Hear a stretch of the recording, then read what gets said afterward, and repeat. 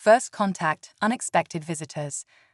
The sky above New York City erupted in a dazzling display of light, drawing the attention of millions. At first, many mistook it for an elaborate fireworks show, or perhaps a meteor shower. But as the lights coalesced into distinct shapes, a hush fell over the bustling metropolis. Dr. Elena Reyes, lead astronomer at the Hayden Planetarium, was among the first to realize the true nature of the phenomenon. She stood on the rooftop observatory, her eyes wide with amazement as she tracked the descending objects through her high-powered telescope. "This is it," she whispered to herself, her heart pounding. First contact. The objects, now clearly visible as sleek, silver craft unlike anything humanity had ever constructed, slowed their descent and hovered over Central Park. Their smooth, oval shapes gleamed in the afternoon sun, casting long shadows over the green expanse below. As word spread and panic began to set in, the mayor's office scrambled to coordinate a response. National Guard units were mobilized, and emergency broadcasts blared from every television and radio in the city. But before any official action could be taken, the alien craft made their next move. A beam of soft, blue light emanated from the largest ship, projecting what appeared to be a holographic image above the park. The image flickered to life, revealing a figure that was unmistakably alien, yet eerily familiar. The being stood nearly 8 feet tall, with a slender, graceful form. Its skin was a pale lavender, seeming to shimmer with an inner light. Large, almond-shaped eyes of deep indigo dominated its face, radiating intelligence and curiosity. When it spoke, its voice resonated not through the air, but directly in the minds of all who witnessed the projection. "People of Earth," the alien began, its thoughts conveying a sense of warmth and openness, "we come in peace and friendship. We are the Zaraquin, travelers from a distant star system. We have long observed your world and have chosen this moment to make our presence known." As the alien's message continued, Dr. Reyes found herself being ushered into a hastily assembled crisis meeting at City Hall. She joined a diverse group of experts, including linguists, anthropologists, and military strategists, all struggling to make sense of the unprecedented situation. "We need to establish communication," insisted Dr. Amit Patel, a renowned linguist. "If they can project thoughts directly into our minds, perhaps we can find a way to respond in kind." While the experts debated, the streets of New York transformed into a mixture of chaos and wonder. Some people fled in terror, while others gathered in Central Park, drawn by an irresistible curiosity. Among the crowd was Sarah Chen, a young artist who had been sketching in the park when the ships arrived. Sarah felt no fear as she approached the shimmering barrier of energy that now surrounded the alien craft. Instead, she was filled with an overwhelming sense of awe and inspiration. Pulling out her sketchbook, she began to draw furiously, capturing the elegant lines of the ships and the otherworldly beauty of the Zarquin. As night fell, the world watched and waited. News crews swarmed the perimeter of Central Park, broadcasting live footage to billions of viewers around the globe. Social media exploded with theories, fears, and hopes about what the aliens' arrival might mean for humanity. In Washington, D.C., the president addressed the nation, calling for calm and unity in the face of this historic moment. "We stand at the threshold of a new era," she declared. "Let us meet our cosmic neighbors with open minds and open hearts." Back in New York, Dr. Reyes and her team worked through the night, analyzing every scrap of data they could gather about the Zarquin and their technology. As dawn broke, they made a breakthrough. "Look at this energy signature," Dr. Reyes explained, pointing to a complex graph on her tablet. "It's similar to patterns we've observed in human brainwaves during deep meditation. I think we might be able to communicate with them using focused thought." As the sun rose over the city, casting the alien ships in a golden light, a small team of volunteers prepared to test Dr. Reyes' theory. Led by the astronomer herself, they approached the energy barrier, their minds focused on a simple message of greeting and peace. For a moment, nothing happened. Then, with a soft pulse of light, the barrier shimmered and parted. A Zarquin emerged, its tall form graceful and fluid as it moved. It extended a long six-fingered hand in a gesture unmistakably similar to a human handshake. Dr. Reyes stepped forward, her heart racing but her mind clear. As she reached out to touch the alien's hand, she felt a surge of emotion and imagery flood her consciousness. In that instant, she understood that the Zarquin had traveled unimaginable distances, not just in space, but in time as well. "Welcome," she thought, projecting her mental voice as clearly as she could. "We have so much to learn from each other." The Zarquin's response came not in words, but in a series of vivid mental impressions. Dr. Reyes saw glimpses of a vast galactic community, of wonders beyond human imagination, and of grave dangers lurking in the cosmic depths. She understood that the Zarquin had come not just out of curiosity, but out of necessity. As the mental exchange continued, more Zarquin emerged from their ships. They moved among the gathered humans, each contact resulting in a cascade of shared thoughts and emotions. The atmosphere in Central Park transformed from one of tension to one of jubilant celebration. Sarah Chen, still clutching her sketchbook, found herself face to face with a young Zarquin. As their minds touched, she gasped in delight. The alien's thoughts were a kaleidoscope of colors and shapes, abstract concepts that translated into breathtaking artistic visions. Across the city, similar scenes played out.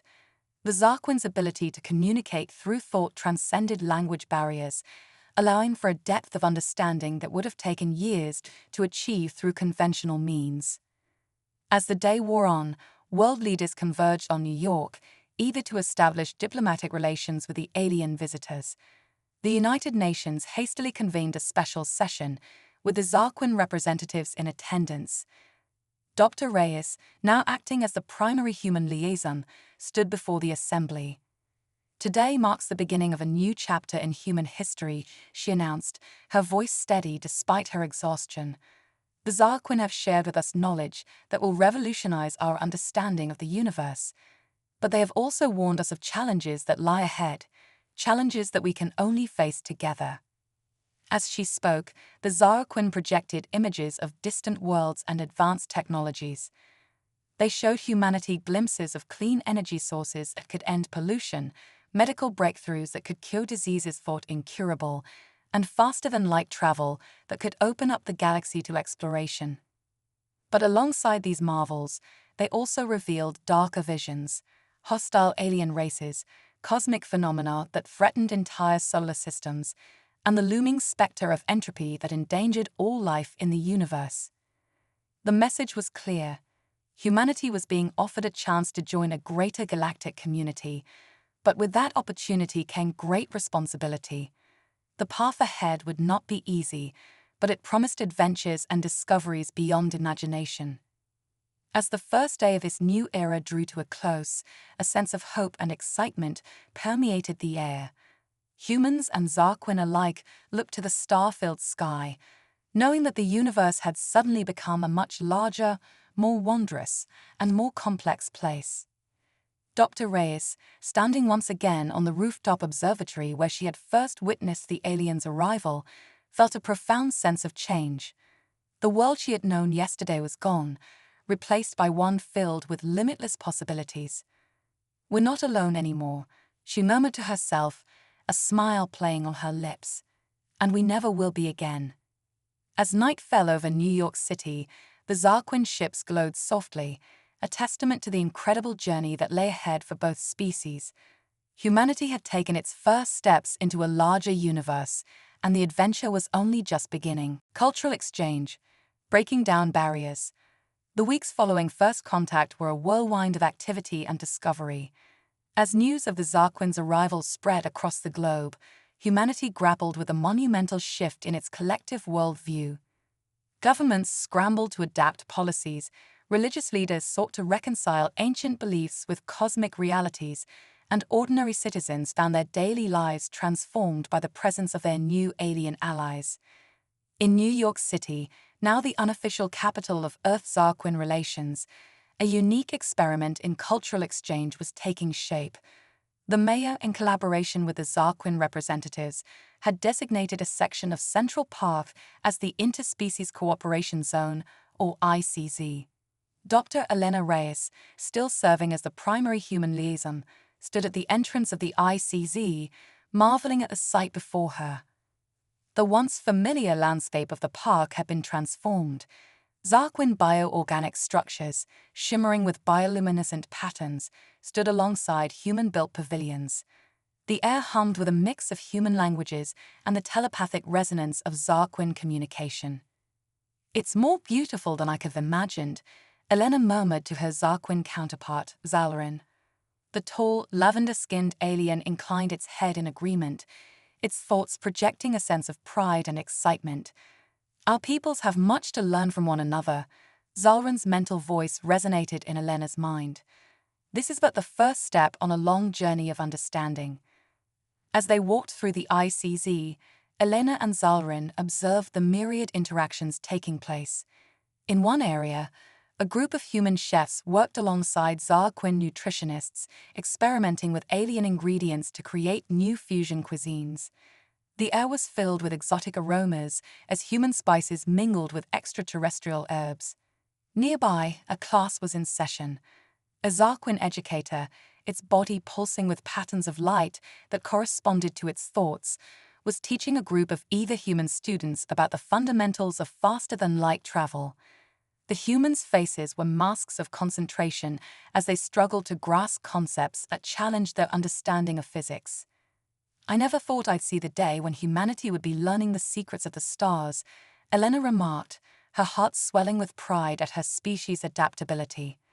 Zalrin's response carried a note of amusement. "Your people's thirst for knowledge is admirable. It reminds us of our own civilization's early days of space exploration." As they continued their tour, they came across a particularly touching scene. Sarah Chen, the artist who had been among the first to approach the Zarquin ships, was engaged in an artistic collaboration with a young Zarquin named Irisol. Sarah's canvas was alive with swirling colors and abstract shapes, while Irisol manipulated a floating holographic display, creating three-dimensional forms that complemented Sarah's painting. "Art transcends species," Zalrin observed. "It speaks to the universal desire to create and express." Elena nodded in agreement. "It's in moments like these that I feel most hopeful about our future together." However, not all interactions in the ICZ were smooth. As they approached a discussion forum, Elena and Zalrin could sense the tension in the air. A heated debate was underway between a group of human religious leaders and Zarquin philosophers. "But how can you not believe in a higher power?" a human priest was asking, his voice strained with emotion. "Surely the vastness and complexity of the universe point to a divine creator." The Zarquin philosopher's response was calm but firm. "We have explored much of the galaxy and found no evidence of a supreme being. Our understanding of the universe's origins differs greatly from your religious texts." Elena winced, sensing the potential for conflict. But before she could intervene, she noticed something remarkable. Despite their disagreement, both the humans and Zarquin were listening to each other intently, asking questions, and engaging in respectful dialogue. "They're actually trying to understand each other's perspectives," Elena marveled. Zalrin's thoughts conveyed approval. "This is the true purpose of the ICZ, not to erase our differences, but to learn from them." As the day progressed, Elena and Zalrin encountered more examples of cross-species collaboration. In a medical pavilion, human doctors worked alongside Zarquin healers, combining advanced alien biotechnology with human medical knowledge to tackle previously incurable diseases. "We've already made breakthroughs in cancer treatment," an excited human oncologist reported. "The Zarquin's cellular regeneration techniques, when combined with our immunotherapy approaches, are showing incredible promise." The Zarquin healer added, its thoughts tinged with fascination, "And your species' resilience and adaptability are helping us understand how to better treat a variety of conditions that plague spacefaring races." As the sun began to set, casting a warm glow over the ICZ, Elena and Zalrin made their way to the central amphitheater. A large crowd had gathered for the evening's main event, a joint human-Zarquin musical performance. The stage was set with an eclectic mix of human instruments and alien sound generators. As the performance began, Elena felt her breath catch in her throat. The music was unlike anything she had ever experienced. Human melodies intertwined with alien harmonies, creating a sound that was at once familiar and utterly foreign. The crowd listened in rapt attention, humans and Zarquin alike swaying to the otherworldly rhythms. As the final notes faded away, there was a moment of profound silence before the amphitheater erupted in applause and mental projections of joy. "I think we've witnessed the birth of a new art form," Elena said, wiping a tear from her eye. Zolrin's response was filled with emotion. "This is why we travel the stars, Elena. For moments like these, when two cultures come together to create something greater than the sum of their parts." As they left the amphitheater, Elena and Zolrin were approached by a group of children, both human and Zarquin. The young ones were engaged in a game, a mix of human hopscotch and a Zarquin spatial awareness exercise. "Dr. Reyes, Zolrin," a human girl called out, "come play with us." Without hesitation, Elena and Zolrin joined the game, laughing and projecting thoughts of amusement as they navigated the complex patterns on the ground.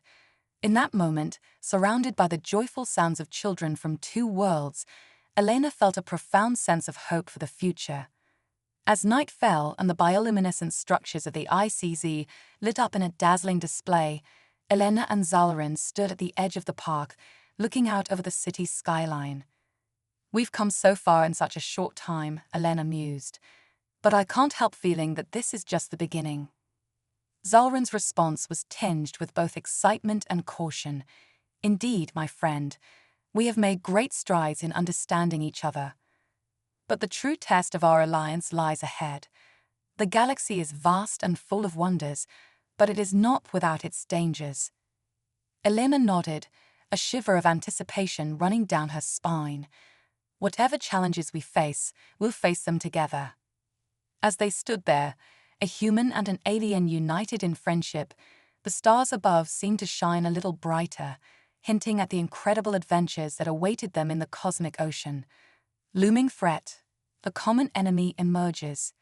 6 months had passed since the Zarquin's arrival, and Earth was a planet transformed.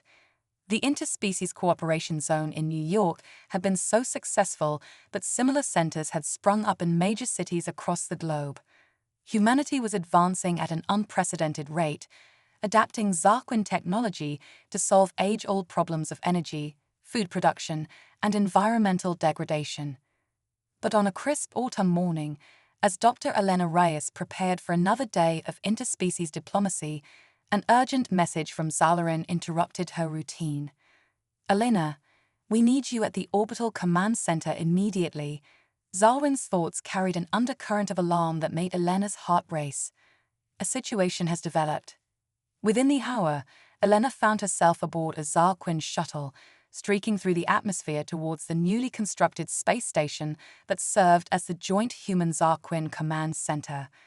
As she stepped onto the station's deck, she was struck by the tense atmosphere. Humans and Zarquin alike moved with purposeful urgency, their faces and thought projections grim. Zolrin met her at the entrance to the main control room. "Thank you for coming so quickly," the alien said, its usual calm demeanor tinged with worry. "What's happening, Zolrin?" Elena asked as they hurried through the corridors. "We've detected an anomaly at the edge of your solar system," Zolrin explained. "It bears the signature of a threat we hoped never to encounter in this sector." They entered the control room, where a massive holographic display dominated the center. It showed a real-time map of the solar system, with a pulsing red dot just beyond the orbit of Neptune. Admiral Chen, the highest-ranking human officer on the station, turned to greet them. "Dr. Reyes, thank you for joining us. I'm afraid we have a situation that may require your expertise in interspecies communication." Elena's eyes were fixed on the holographic display. "What exactly are we looking at?" A Zarquin scientist, its skin pulsing with patterns of agitation, stepped forward. We believe it to be a scout ship of the Vexcar Hive. The name sent a shudder through the Zarquin present, their telepathic distress palpable. Elena had heard mentions of the Vexcar in her cultural exchanges with the Zarquin, but details had been scarce. I don't understand, Elena said. Who are the Vexcar? Zalrin's response was heavy with dread.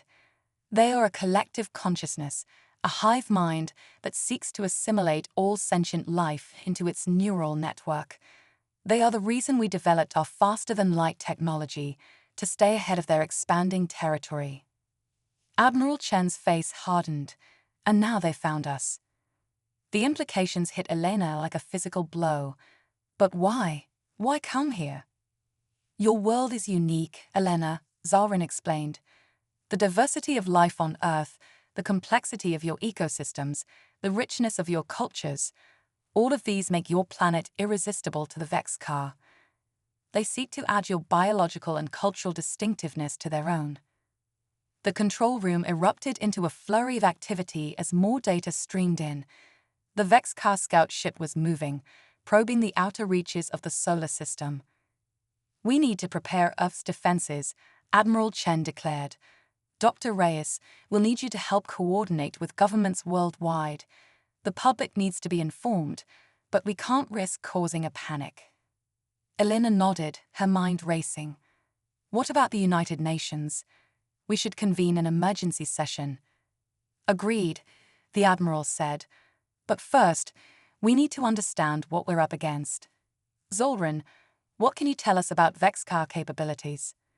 Zalrin's mental projection filled the room with images of biomechanical ships, swarms of nanobots, and grotesque meldings of flesh and machine. The Vexcar's technology is unlike anything you've encountered. They don't just conquer, they absorb. Their ships are living things, their weapons an extension of their hive mind. As the briefing continued, Elena felt a growing sense of dread. The threat they faced was beyond anything humanity had prepared for. Even with the Zarquin's advanced technology, the odds seemed overwhelming. How long do we have? She asked, her voice barely above a whisper. The Zarquin scientist manipulated the holographic display, extrapolating the Vexcar ship's trajectory. At their current speed, they will reach Earth orbit in approximately 3 months. 3 months, 90 days to prepare humanity for a threat from beyond the stars. Elena took a deep breath, steeling herself for the challenges ahead. All right, she said, her voice gaining strength. We need to act fast. Admiral Chen, can you arrange for me to address the UN Security Council within the hour? The Admiral nodded, already reaching for his communication device. Zalrin, Elena continued, we need a crash course in Vexcar biology, technology, and tactics. Anything that might give us an edge. The alien inclined its head in agreement. We will share all we know. But Elena, you must understand, in all our encounters with the Vexcar, we have only ever managed to delay them, never defeat them outright. Elena felt the weight of countless alien eyes upon her, both physical and telepathic. In that moment, she realized that the Zarquin weren't just looking to her as a liaison, but as a representative of humanity's potential, the unpredictable factor that might tip the scales against a seemingly unbeatable foe. Then we'll have to find a way to do the impossible, she said, her voice ringing with determination. Humanity has faced extinction-level threats before, from our own making and from nature. Each time, we've survived by innovating, by thinking outside the box. With your knowledge and our adaptability, we have a chance. A ripple of hope spread through the room, emanating from both humans and Zarquin. There's something else you should know, Zalrin added, its thoughts tinged with a mix of guilt and resolve. We didn't choose your world by random chance. We came here because our predictive models showed that of all the species we've encountered, humanity has the highest probability of developing a successful defense against the Vexcar. The revelation hung in the air, a testament to both the faith the Zarquin had placed in humanity and the enormous responsibility that now rested on their shoulders. Admiral Chen broke the silence. Then we better not let them down. Dr. Reyes, your UN address is scheduled. Let's show these Vexcar what happens when they threaten our world. As Elena left the control room to prepare for her speech, her mind was already racing with possibilities. The next 3 months would test humanity in ways they had never been tested before. But as she looked at the faces of the humans and Zarquin working side by side, she felt a glimmer of hope. The Vexcar were coming, but they would find that Earth was no easy prey. Humanity and their new alien allies were ready to stand together against the encroaching darkness. The greatest challenge in Earth's history was about to begin, and failure was not an option. United front, humans and aliens joined forces. The next 3 months passed in a blur of feverish activity. Dr. Elena Reyes found herself at the center of a global mobilization effort unlike anything in human history. Her impassioned speech to the UN had galvanized world leaders into action, setting aside old rivalries in the face of an existential threat. The interspecies cooperation zones, once centers of cultural exchange, had transformed into hubs of technological innovation and military strategy. In New York, Elena stood in what used to be the Art Pavilion, now converted into a state-of-the-art war room. Holographic displays show the approaching Vexcar fleet, a swarm of biomechanical horrors steadily making their way through the solar system. Status report, Elena called out, her voice carrying the weight of sleepless nights and endless strategy sessions. Sarah Chen, the artist-turned-tactical analyst, responded first. The lunar defense grid is online. Zarquin shield technology combined with human nuclear deterrence. It's our first line of defense. Zalaran, never far from Elena's side these days, added its thoughts. Our long-range sensors have identified 47 distinct Vexcar vessels. The largest appears to be a hive ship, likely carrying millions of drone units. Elena nodded grimly. The odds were daunting, but humanity had not been idle. What's the status on Project Firewall? Dr. Amit Patel, now heading a team of human and Zarquin computer scientists, stepped forward. We've made a breakthrough. By combining Earth's most advanced AI systems with Zarquin quantum computing, we've developed a cyber defense system that might be able to repel Vexcar attempts to hack our infrastructure. It was a small victory, but Elena allowed herself a moment of hope. Every advantage, no matter how slight, could make the difference. And the Lazarus Protocol, she asked, turning to Admiral Chen. The Admiral's face was grim but determined. The nanobot inoculations have been distributed to 70% of the global population. If the Vexcar try to assimilate us, they'll be in for a nasty surprise. The Lazarus Protocol had been a point of contention. Developed by a joint human-Zarquin medical team, it introduced a dormant nanobot swarm into the human bloodstream. If activated, it would fight off the Vexcar's assimilation attempts at a cellular level. The ethical implications had been hotly debated, but in the end, the potential to save humanity had won out. As the team continued their reports, Elena felt a familiar presence at the edge of her mind. She had grown accustomed to the gentle telepathic touch of the Zarquin, but this was different. Excusing herself, she stepped into a quiet corner with Zalaran. "What is it?" she asked, noting the alien's troubled expression. Zalaran's thoughts were tinged with a mix of hope and trepidation. "We've received a transmission from the Galactic Confederation." Elena's eyes widened. The Zarquin had spoken of this alliance of advanced species, but had always maintained that Earth was too far from the galactic core to expect their intervention. "What do they say?" "They're sending a fleet," Zalaran replied. "But Elena, you must understand, their help comes with a price. If we succeed in repelling the Vexcar, the Confederation will expect Earth to join their ranks. Your species will be thrust onto the galactic stage, ready or not." Elena pondered this for a moment. The implications were staggering, but right now, survival was the priority. When will they arrive? "Not for another month," Zalaran admitted. "We'll have to hold out until then." Nodding, Elena returned to the war room, her mind racing with new possibilities and potential complications. "Everyone, listen up," she called out. "We have new developments." As she briefed the team on the Confederation's impending arrival, she could see the mix of relief and apprehension on their faces. The help was welcome, but the future it heralded was uncertain. "This doesn't change our immediate plans," Elena declared. "We stick to our strategy. Humanity and the Zaraquin stand together as the first line of defense. We'll show the Confederation that we're worth saving and worth respecting." The next weeks were a flurry of final preparations. Around the world, civilians were moved into underground shelters equipped with Zaraquin force fields. Military forces from every nation trained together, learning to operate hybrid weapons that combined human ingenuity with alien technology. In orbit, a fleet of hastily constructed defense satellites took position, their weapons a mix of traditional nuclear warheads and experimental Zaraquin energy projectors.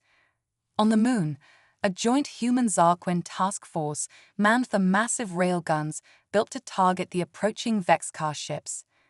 As the day of confrontation drew near, Elena found herself standing in Times Square, now eerily empty save for military personnel. The iconic screens that usually displayed advertisements now showed a countdown to the Vexcar's estimated arrival. "Are we ready?" she asked Zalarin, who stood beside her, its tall form a comforting presence. "As ready as we can be," the alien replied. "Elena, whatever happens, know that your species has already achieved the impossible.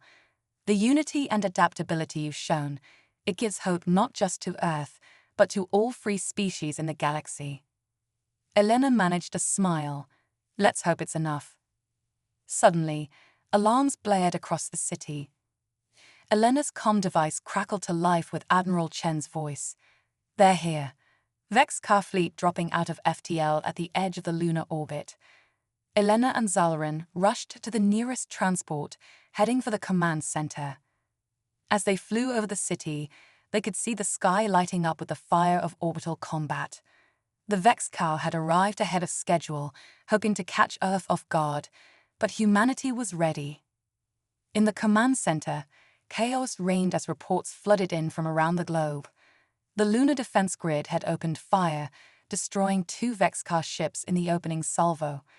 But the alien fleet was responding with devastating force, their bioweapons tearing through the human Zaraquin defenses. "Lazarus Protocol is active and holding," Dr. Pato reported. "Vexcar nanobots are being repelled at the cellular level." "Project Firewall is withstanding their cyberattacks," Sarah added. "Our systems are secure for now." But the news wasn't all good. Vexcar drop pods were breaching the atmosphere, landing in major cities around the world. The ground war had begun. As Elena coordinated the global defense efforts, she couldn't help but feel a sense of awe at the sight of humans and Zaraquin fighting side by side. In the streets of New York, Tokyo, Lagos, and countless other cities, the unlikely allies stood firm against the Vexcar onslaught. Hours turned into days as the battle raged on. Earth's defenses were holding, but only barely.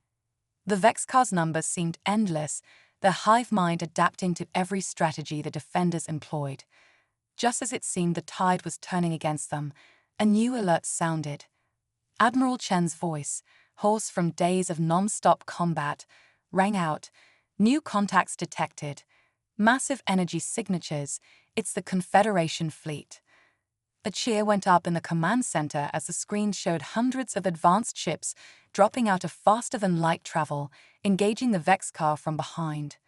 Caught between Earth's desperate defense and the Confederation's overwhelming firepower, the Vexcar fleet began to falter.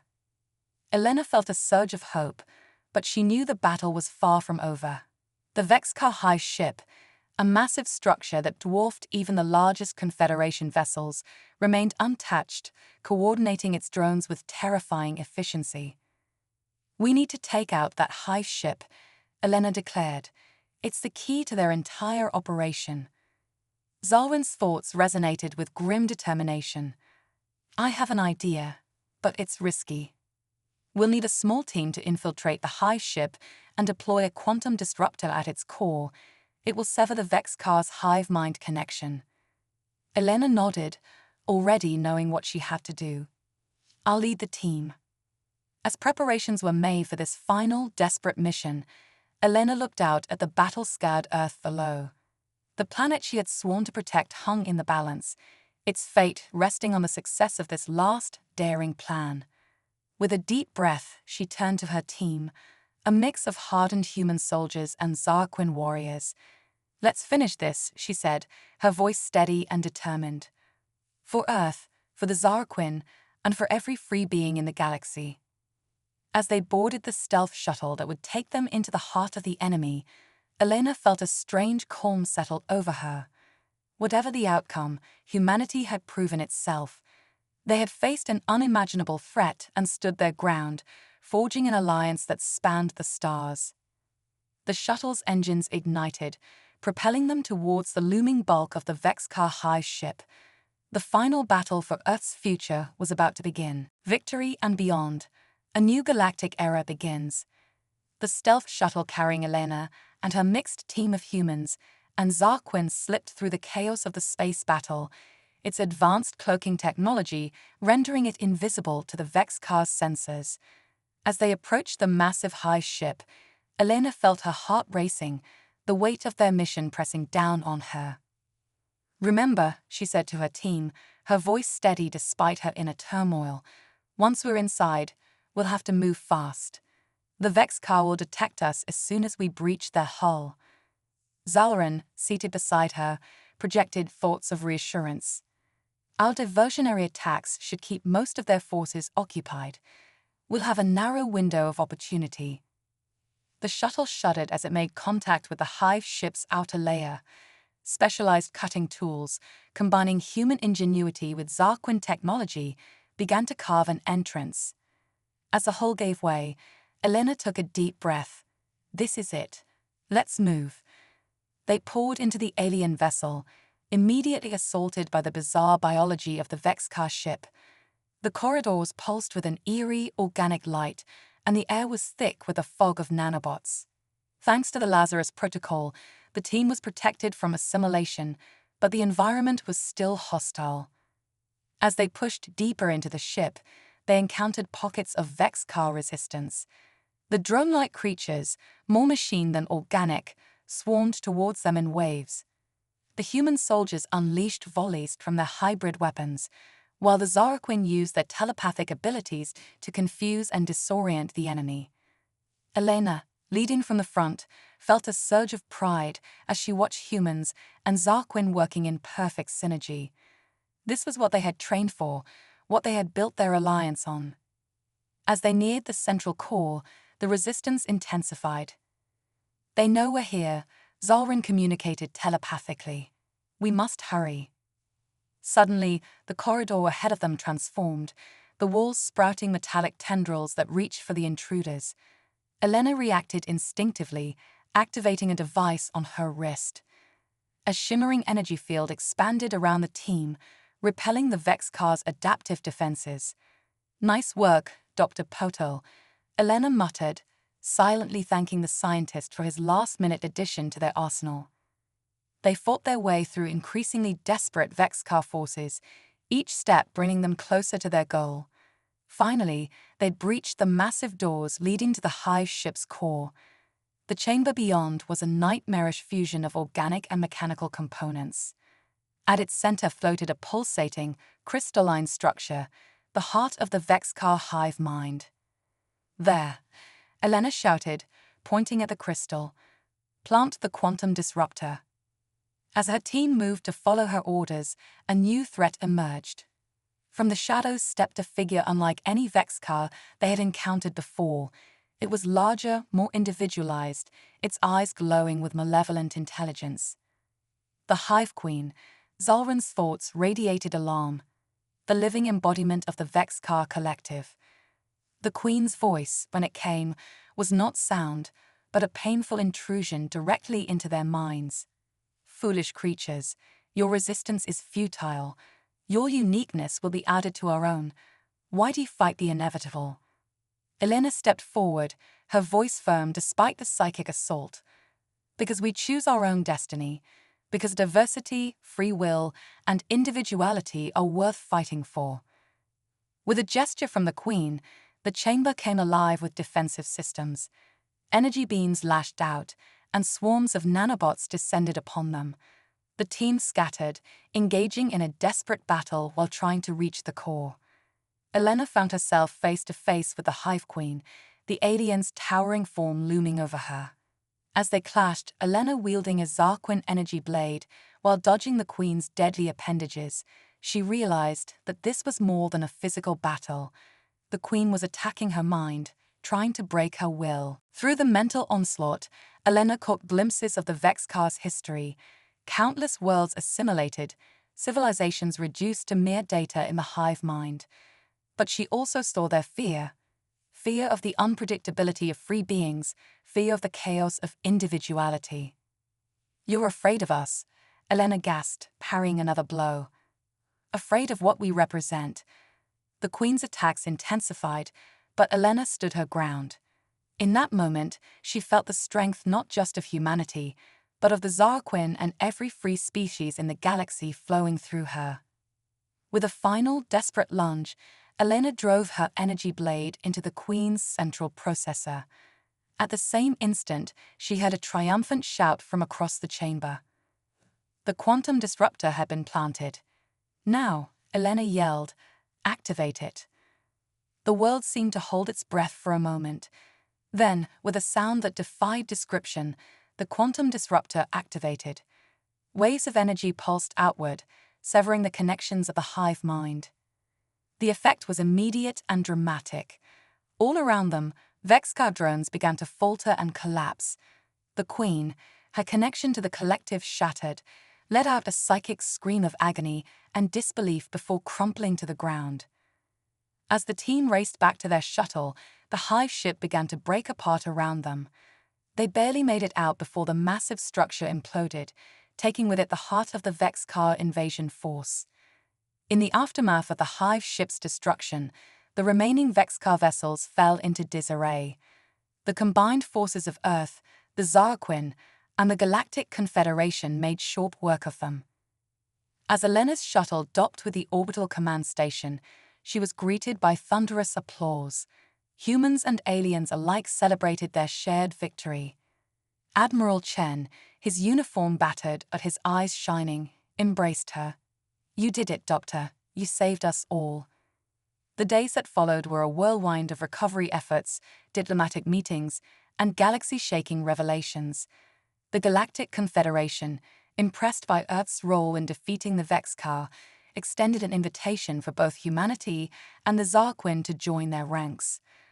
1 month after the battle, Elena found herself once again addressing the United Nations, but this time with representatives from dozens of alien species in attendance.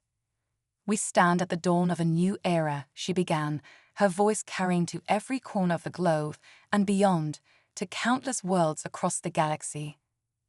An era of unprecedented cooperation and discovery. The Vexcar threatened to homogenize the galaxy, to erase the beautiful diversity of sentient life. But together, we proved that our differences are our strength.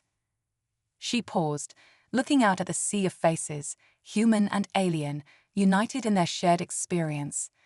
As we take our place in the galactic community, we carry with us the lessons of this conflict, that in diversity there is resilience, in cooperation there is strength, and in understanding there is peace. The applause that followed seemed to shake the very foundations of the building. As Elena stepped down from the podium, she felt Zalran's familiar mental touch. "You've given them hope," the alien communicated. "Not just your people, but mine, and countless others across the stars." Elena smiled, her heart full of optimism for the future. "We've only just begun," she replied. "There's a whole universe out there, waiting for us to explore it, together." As she looked up at the night sky, now filled with the ships of Earth's new allies, Elena felt a sense of infinite possibility. The stars, once distant and unreachable, now beckoned humanity towards a future brighter than they had ever imagined.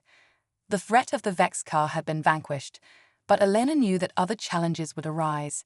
Yet she was confident that whatever the universe might throw at them, the united forces of Earth and their new galactic allies would face it together.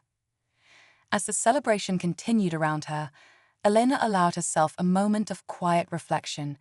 From first contact to galactic defenders in the span of a year, humanity had come so far so fast. And now, with the entire universe open to them, their journey was only just beginning. The dawn of a new galactic era had arrived, and humanity was ready to take its place among the stars.